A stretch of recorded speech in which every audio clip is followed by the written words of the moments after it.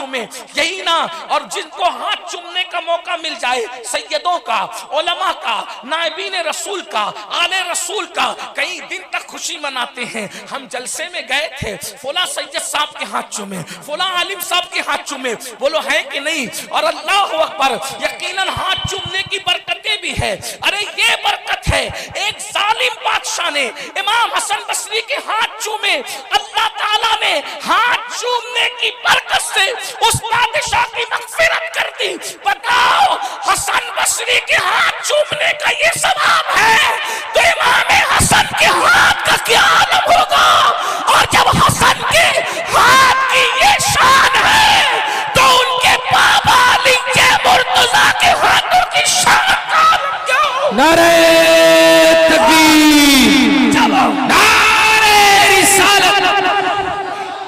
और जब मौला अली के हाथों का ये आलम है, तो मुस्तफा जान रहमत के हाथों का आलम क्या होगा? ऐ मेरी कौम के जवानों, जुआ खेलने वालों, सुन लो, जलसे में तो सैयदों के और उलमा के हाथ चूमने मिलते हैं, मैदान महशर में मुस्तफा जान रहमत के हाथ चूमने मिलेंगे। हुजूर अलैहिस्सलाम फरमाते, मैं अपनी उम्मत से मुसाफा करूंगा। इस पर बनता था कि सुन्नी सुभान अल्लाह कहें।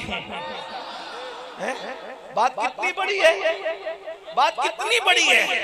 ये भी आलमिया है कि कहां बोलना चाहिए, कहां नहीं बोलना चाहिए, मेरी कौम को अभी तक समझ नहीं आया। अगर ये बात मैं सूफियों के मजमे में कहता, तो सूफी लोग उठ करके रक्स करते कि मैंने क्या कहा कि कयामत में रसूलुल्लाह मुसाफा करेंगे, कयामत में रसूलुल्लाह मुसाफा करेंगे।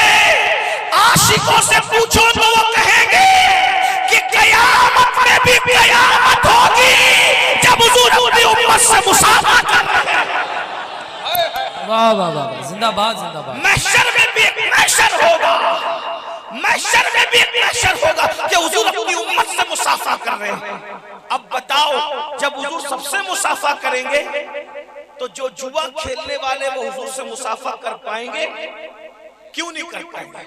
क्योंकि उनके हाथ जुआ खेलने की वजह से सूअर के खून में रंगे हुए हैं, खिंजीर के खून में रंगे हुए हैं। मेरे भाई, अगर आपके हाथ मिट्टी में भरे हुए हैं, तब आप रसूलुल्लाह, तब आप अपने आलिम से मुसाफा नहीं कर सकते। मिट्टी वाले हाथ वो कर सकते हो? नहीं, मिट्टी वाले हाथ लेकर नायबे रसूल से मुसाफा नहीं कर सकते, आले रसूल से मुसाफा कर सकते। तो सूअर के खून में जब जुआ खेलने की वजह से हाथ रंगे होंगे, छुप छुप कर खेलते हो ना जुआ, आप मौलवी को धोखा दे सकते हो, मौला को भी धोखा दे पाओगे, अपने मस्जिद के इमाम को धोखा दे सकते हो, क्या इमामुल अंबिया को भी धोखा दे पाओगे? कितना भी छुप कर गुनाह करो, कुरान कहता है इन्नल्लाह काना अलैकुम रकीबा, अल्लाह तुम पर कड़ी निगरानी कर रहा है। और ये जुआ हारोगे तो बर्बाद, और अगर जीत गए तो उससे बड़े बर्बाद। क्यों? क्योंकि जीत गए तो हराम, कपड़ा पहना तो जुए के पैसे का खरीदा हुआ कपड़ा जब तक बदन पर है, अल्लाह तुम्हारी ना कोई नमाज कबूल करेगा ना कोई दुआ कबूल करेगा। अगर जुए के पैसे से तुमने घर बनाया, तो जब तक ईंट भी बाकी रहेगी, अल्लाह कमाने वाले पर, उस ईंट रखने वाले पे लानत फरमाता रहेगा। इसलिए मेरे भाइयों, क्या कह रहा था, अल्लाह को जवानी पसंद है, जवानी की इबादत पसंद है, इसलिए थोड़ा टाइम निकालो, वक्त निकालो, गुनाह मत करो। और एक बात याद रखना, अगर जवानी में गुनाह नहीं करोगे तो अल्लाह तुम्हें बुढ़ापा इतना इज्जतदार अता करेगा कि लोग तुम्हारी ताजीम करेंगे, लोग तुम्हारा एहतराम करेंगे। एक बात देखना, गौर करना, मैं आपको बहुत किताब वाली नहीं, आसान वाली बात बता रहा हूं। एक अजीज ने पूछा एक अल्लाह वाले से कि आप लोगों की फैन फॉलोइंग इतनी नहीं होती जितनी हीरो लोग की होती। जैसे मिसाल के तौर पे मैं यहाँ आ जाया, आपके इलाके का नाम क्या है? देववापुर, लखीमपुर के पास देववापुर, हजारों लोग मौजूद है, अच्छी बात है। लेकिन अगर कोई मुंबई के नचनिया खान साहब यहाँ आते तो इससे ज्यादा लोग होते कि नहीं होते? होते। अभी एक मसलक के लोग और एक मजहब के लोग मौजूद हैं, उसमें हर मसलक के होते, हर मजहब के होते, है ना। जो हीरो लोग आएंगे तो उनके लिए तो सभी आएंगे, तो हमसे ज्यादा उन लोगों की शोहरत। तो एक अल्लाह वाले से किसी ने कहा कि आप लोग तो बड़े अल्लाह वाले बनते हो, और तुमसे ज्यादा शोहरत और इज्जत तो उनकी है, लोग उनके पीछे कितना भागते हैं, तो तुम में और उनमें फर्क क्या है? तुम में और उनमें फर्क क्या है? तो अल्लाह वाले ने फरमाया, बेटा वो जैसे जैसे बूढ़े होते जाते हैं उनकी मकबूलियत कम होती जाती है। वो जैसे जैसे बूढ़े होते जाते हैं वैसे उनकी मकबूलियत कम होती जाती है, और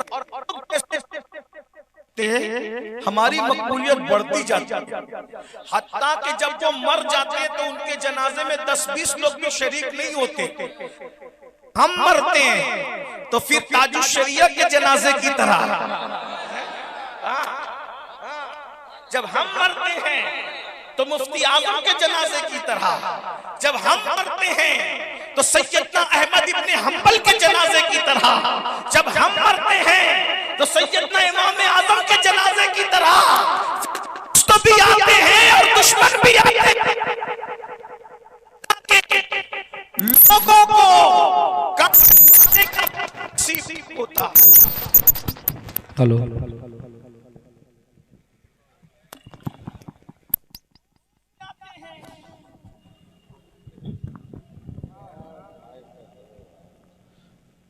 दुरूद शरीफ पढ़ लें। रब्बे सल्ले वसल्लिम दाइमन अबदा अला हबीबिका खैरुल खल्क़ि कुल्लिहिम सलातु व सलामन अलैका या रसूल अल्लाह सल्लल्लाहु ताला अलैहि वसल्लम। और जनाजे तक ये मामला खत्म नहीं होता, बल्कि जैसे जैसे दिन गुजरते जाते हैं मकबूलियत बढ़ती जाती है। उसका आसान सा अगर देखना है तो देख लो।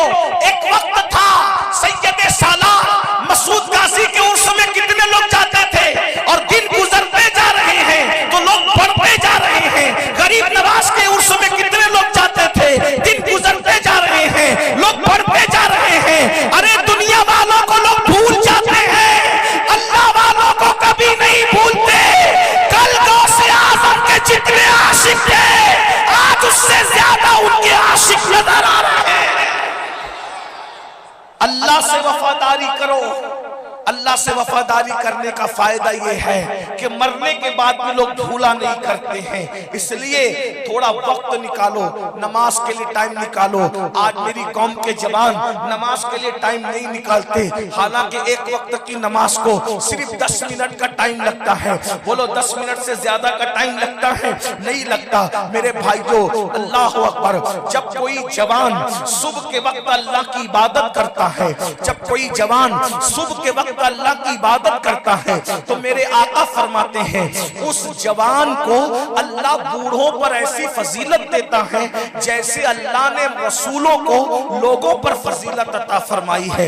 इतना बुलंद मकाम देता है अल्लाह जवानी की इबादत का। और फिर याद रखना, आज मेरे जवानों ने सोचा जवानी का मतलब टॉइंटिंग करना, जवानी का मतलब छेड़छाड़ करना, जवानी का मतलब आवारगी करना। लेकिन एक बात मैं आपको बताऊं, जवानी का असल लुत्फ लेना है तो नेकी करके देखो, परहेजगारी करके देखो, तकवा इख्तियार करके देखो। आप नहीं जानते, हजरत सैयदना साद इब्न अबी वक्कास फरमाते हैं कि मेरे चेहरे पर दाढ़ी के बाल भी नहीं निकले थे, मैं बिल्कुल कड़ियल जवान था, 16-17 साल का जवान, और मैंने जंग ओहद में शिरकत की थी।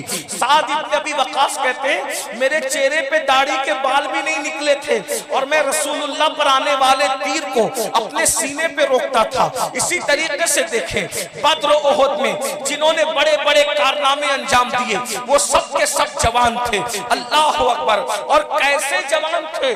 सारे सहाबा जवान थे। इसीलिए मेरे आका फरमाते हैं, ऐ लोगों अल्लाह अकबर, जवानों की इज्जत करो। आका की हदीस है, आका फरमाते लोगों जवानों की इज्जत करो, जवानों की कद्र करो, जवानों को अहमियत दो। इसलिए कि जब मैंने नबूवत का ऐलान किया तो मक्के के बुढ़ों ने मुझे झुठलाया, मेरी बात को रद्द कर दिया। लेकिन जब मैंने नबूवत का ऐलान किया तो मक्का के जवानों ने मेरी दावत को कबूल किया।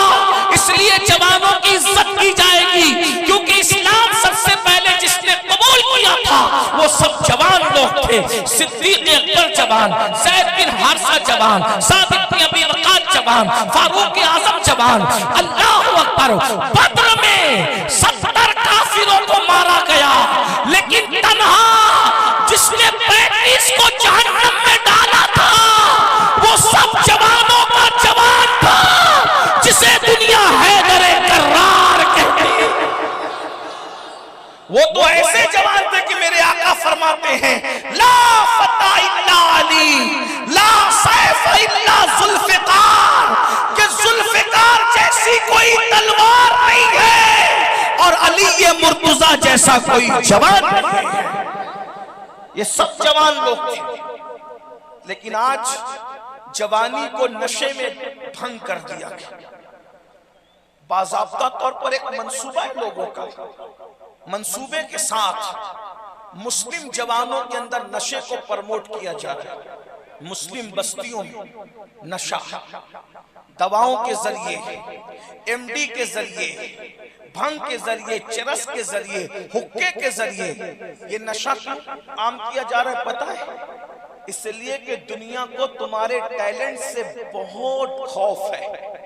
जितना टैलेंट अल्लाह ने मुसलमानों को दिया है, मैं कोई तफरीक की और फिरकावारियत की बात नहीं कर रहा हूं, मैं सच्ची बात कर रहा हूं। जितना टैलेंट अल्लाह ने मुसलमानों को दिया किसी को नहीं दिया। वजह क्योंकि मुसलमानों के दिल के तार जिंदा किताब कुरान से मिलते हैं।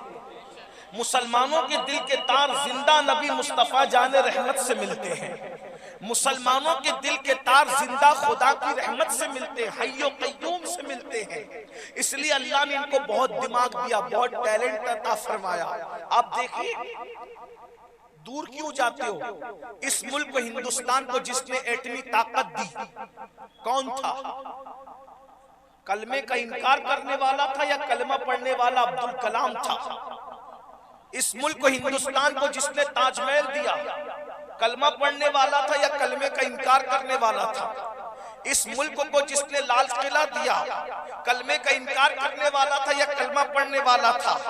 इस मुल्क में जिसने ईरान से सनत और हिरफत ला करके हिंदुस्तान वालों को कपड़े बुनना सिखाया, हिंदुस्तान वालों को कालीन बुनना सिखाया, हिंदुस्तान वालों को मोतियों का हार बनाना सिखाया, वो कलमे का इनकार करने वाला था या टीपू सुल्तान की शक्ल में कलमा पढ़ने वाला था? जरा तहकीक तो कीजिए। हिंदुस्तान में कालीन का जो तसव्वुर आया है, इसी तरीके से सनत और हिरफत का जो तसव्वुर आया है अवाखिर के अंदर, इसी तरह देखते चले जाइए। मेरे भाइयों, यहाँ जो खूबसूरत इमारतें हैं, अल्लाह अकबर, हिंदुस्तान को सजाने से लेके संवारने तक, संवारने से लेके सोने की चिड़िया बनाने तक, सोने की चिड़िया बनाने से लेके बचाने तक, हत्ता के 1857 में इंकलाब की आवाज उठाने तक, तहरीक रेशमी रुमाल छेड़ने तक, भारत छोड़ो की आवाज लगाने तक, 1947 में हिंद को आजाद कराने तक, जरा चेक तो करो। अल्लाह अकबर, ये सबसे ज्यादा मेहनतें किसकी है? ये सब कलमा पढ़ने वाले लोग थे। अगर इनकलाब की आवाज किसी और ने लगाई है तो उसकी अपनी मातृ जबान में वो लगाता।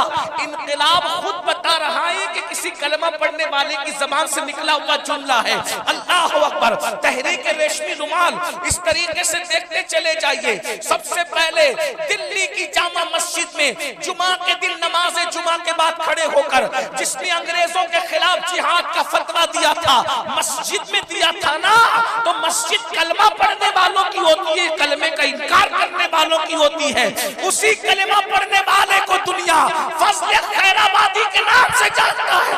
अरे जिसने टैंक से अपना सीना लगा लड़ा करके शहीद हो गया मुल्क की खातिर, उस अशफाकुल्लाह खान का ताल्लुक कलमा पढ़ने वालों से था या कलमे का इनकार करने वालों से था? जरा चेक तो कीजिए, जरा पता तो कीजिए। तुम्हारे इनको पढ़ने मत दो। जिस दिन ये पढ़ेंगे कोई इनका मुकाबला नहीं कर पाएगा। इनको तिजारत मत करने दो। जब ये तिजारत करेंगे तो तिजारत की मंडियों पर इनका होगा। इतने भोले मत बनो, नादान मत बनो, अपनी जवानी को आग मत लगाओ। एक जवान सिर्फ अपने माँ बाप की औलाद नहीं होता, वो पूरी उम्मत का सरमाया होता है, वो पूरी मिल्लत का सरमाया होता है। तुम्हें इंटरनेट पर ज़िना के मनाजिर के सिवा कुछ नहीं दिखते? इतनी गंदी सोच तुम्हारी कब से हो गई?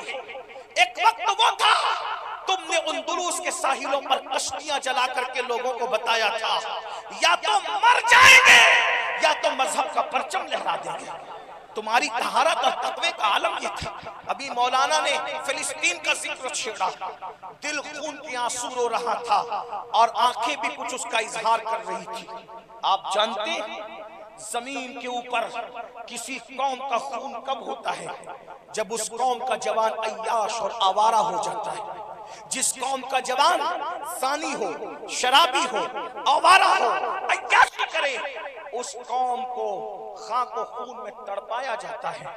और जिस कौम का जवान रातों को अपने गुनाहों को याद करके मुसल्ले पे रोता है, उस कौम की तारीख सुनहरी हरफों से लिखी जाती है। सुनहरी हरफों से उनकी तारीख लिखी जाती है। मौलाना ने फिलिस्तीन का जिक्र किया। फिलिस्तीन अभी फतेह होता है।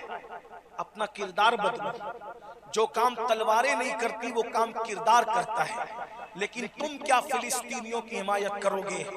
जो अपनी बहन का मुस्तकबिल नहीं सोच सकता, वो फिलिस्तीन में बेवा होने वाली औरतों का मुस्तकबिल क्या सोचेगा? जिसकी पाप की निगाहों से उसकी साली महफूज नहीं, वो किसी की लुटने वाली आबरू की हसासियत को क्या महसूस कर सकता? जो अपने भाई की मदद के लिए ईद के कपड़ों के लिए तैयारी नहीं कर सकता, वो सिग्नलों पर भीख मांगने वाली औरतों की क्या मदद कर सकेगा? तुम तो खुदगर्ज हो गए। तुम्हें खुदगर्जी के अलावा आता क्या है? अगर जुमले तल्ख लगे तो माफ करना। जो कौम अपनी अल्लाह का हक अदा नहीं कर सकती, वो अपनी माँ का हक क्या अदा करेंगे? वो अपनी बहन का हक क्या अदा करेंगे? वो दूसरे मुल्कों में बैठे हुए एक एक महीने की मुसाफत पर फिलिस्तीनियों के मजलूमों का क्या हक अदा करेंगे? जो अपनी अल्लाह की मोहब्बत में 10 मिनट की नींद कुर्बान ना कर सके, वो अपनी जाने क्या कुर्बान कर सकेंगे? बड़ी माजरत के साथ आज तो खाने पीने सोने और गुनाह करने के अलावा तुम्हें कुछ सोचता ही नहीं।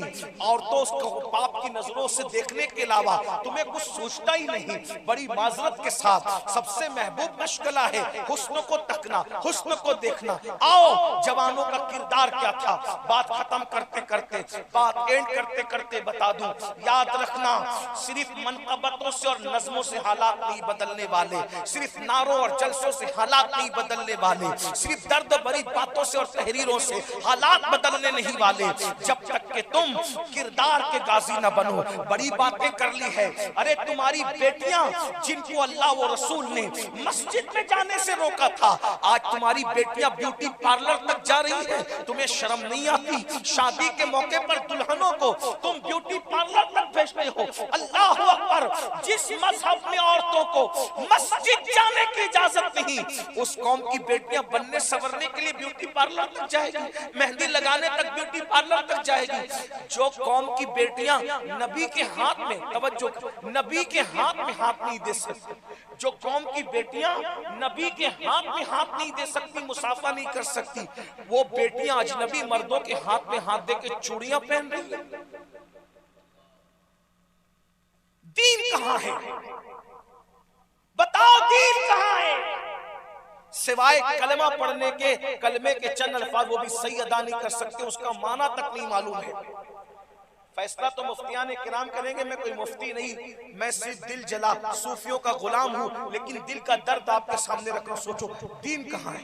नींद से उठने से लेकर सोने तक के दीन कहाँ है? हमारी जिंदगी में इस्लाम कहाँ है? इमाम हुसैन का नाम लेते हो सिर्फ शरबत के लिए और न्यास खाने के लिए। इमाम हुसैन के खून को शरबत और खिचड़े के बस तोड़ने वालों, बेवफाओ, नाम हुसैन लेकर यजीद का किरदार जिंदा करते वक्त तो तुम्हें शर्म नहीं आती? हुसैन की निगाहों में तो इतनी तहारत थी कि उन्होंने अपनी घर की कनीजों को भी एहतियात से देखा, और तुम्हारी निगाहों में इतना पाप है कि आजकल सालियों को भी और चचा की और फुप्पी की बेटियों को भी पाप की नजर से देखा जा रहा है। आज तक भावजों को भी पाप की नजर से देखा जा रहा है। सब ऐसे नहीं है, लेकिन बात कहने की है, जलसे में तो कही जाती है। यहां तक कि ये बदबख्ती की बातें सुनने में आती है कि ससुर से बहुएं तक महफूज न रही। वो बदतरीन हालात हम देख रहे हैं। वजह दीन उठ गया, अल्लाह का खौफ उठ गया, खुदा की खशियत उठ गई। आप जानते हैं, एक मर्तबा सैयदना बाबा फरीदुद्दीन गंज शकर ने अपनी एक कनीज से कहा, तू कौन है? उसने कहा, 40 साल से आपके घर में रहते मुझे नहीं पहचानते। कहा, मैंने आज तक तुझे देखा ही नहीं। ये उनके तकवे का आलम था, ये उनकी परहेजगारी का आलम था। आज औरतों में भी तकवा नहीं, मर्दों में भी तकवा नहीं। औरतों का हाल तो ये कि सीरियल देखने के लिए टाइम है, नमाज पढ़ने के लिए टाइम नहीं।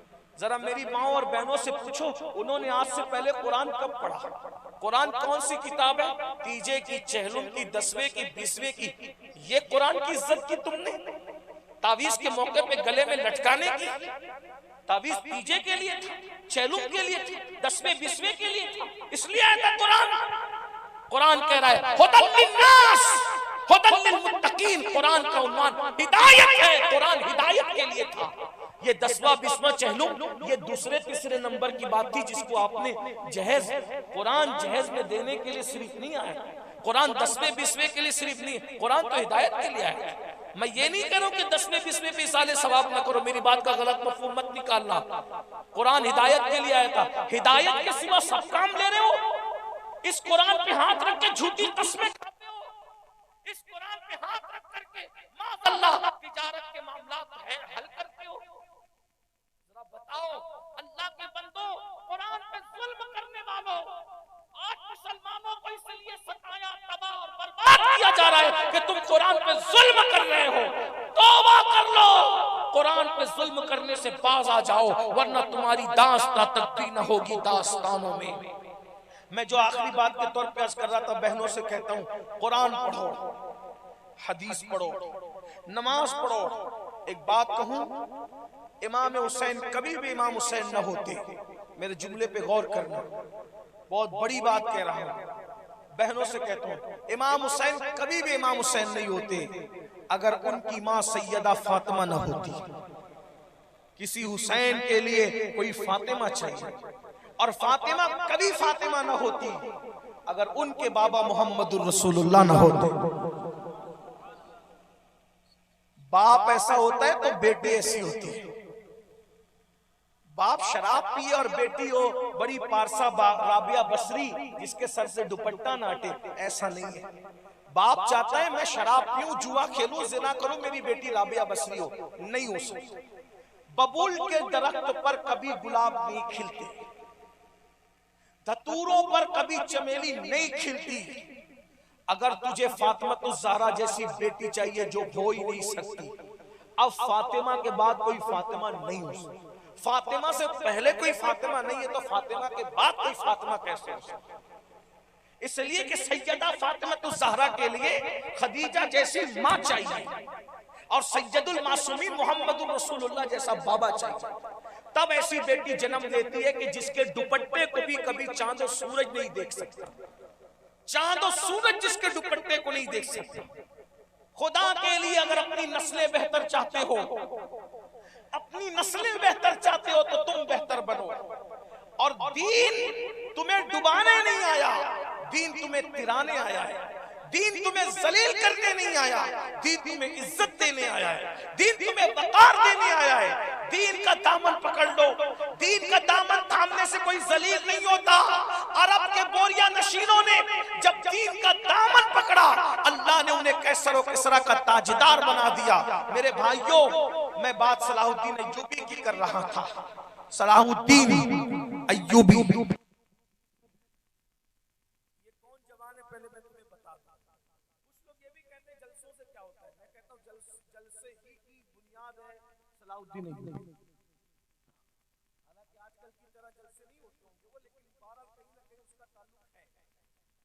सलाउद्दीन अय्यूबी एक जवान था। पहली बात तो आपको ये पता होना चाहिए कि ये पादरी है, सलाउद्दीन अय्यूबी गौस पाक का मुरीद है। बचपने में हुजूर गौस पाक का मुरीद हुआ था, और जब उसके बाप ने कहा था मेरे बेटे के लिए दुआ कर दो, तो गौस पाक ने सर पे हाथ रखने की बजाय उसकी गर्दन पे हाथ रख के दुआ की। हाँ, जब सलाउद्दीन से किसी ने पूछा ना, सलाउद्दीन इतने जोखमों में तू फंसा लेकिन तेरी गर्दन पे कभी तलवार नहीं लगी, तो कहा कैसे लगती?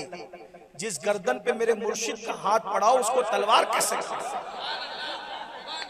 मेरे इमाम कहते क्या दबे जिसमें हिमायत का हो पंजा तेरा, शेर को खतरे में लाता नहीं कुत्ता तेरा, तुझसे दर दर से सग और सग से है मुझको निस्बत, मेरी गर्दन में भी है दूर का डोरा तेरा। और कहते इस निशानी के जो सग हैं नहीं मारे जाते, हश्र तक मेरे गले मेरे पट्टा तेरा।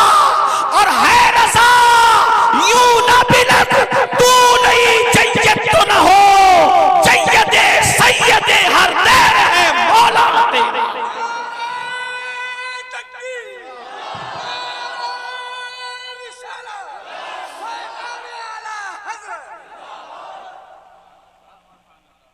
गौस पाक का मुरीद सलाउद्दीन जवान था। शबे मेराज में अपने मोहल्ले की मस्जिद में नमाज पढ़ने गया। इमाम साहब मिंबर पे बैठकर तकरीर करते हुए कह रहे थे, ऐ जवानों, मेराज में तुम यहाँ नफिल पढ़ने आए हो, तुम्हें खबर भी है कि जिस बैतुल मुकद्दस में रसूलुल्लाह ने आज की शब नबियों को नमाज पढ़ाई थी वो तो ईसाइयों के कब्जे में है। तुम नफिल पढ़ रहे हो और वो बैतुल मुकद्दस जिसमें रसूलुल्लाह ने नबियों की इनको नमाज पढ़ाई वो ईसाइयों के कब्जे में, तुम्हें बर्दाश्त कैसे? इस जवान के दिल पे बात असर कर गई। जलसा सुनने सैकड़ों आते हैं, किसी एक के दिल पे ये बात असर कर जाए तो काम हो जाता है। हाँ, हमें पता है इसमें बहुत से लोग सुनने आए हैं, कुछ ऐसे भी है कि चलो यार जरा देखते हैं मौलाना लोग क्या बोलते हैं, कोई पॉइंट आउट करने के लिए आए होंगे कि क्या गलत बोल रहे हैं, तरीका क्या है हजरत का, किस पे नाराज हो रहे हैं, किस पे खुश हो रहे हैं, किससे मुसाफा कर रहे हैं, किसको नहीं कर रहे हैं, तो फिर बाद में वो कमेंट करते रहेंगे। याद रखना जो लेने आता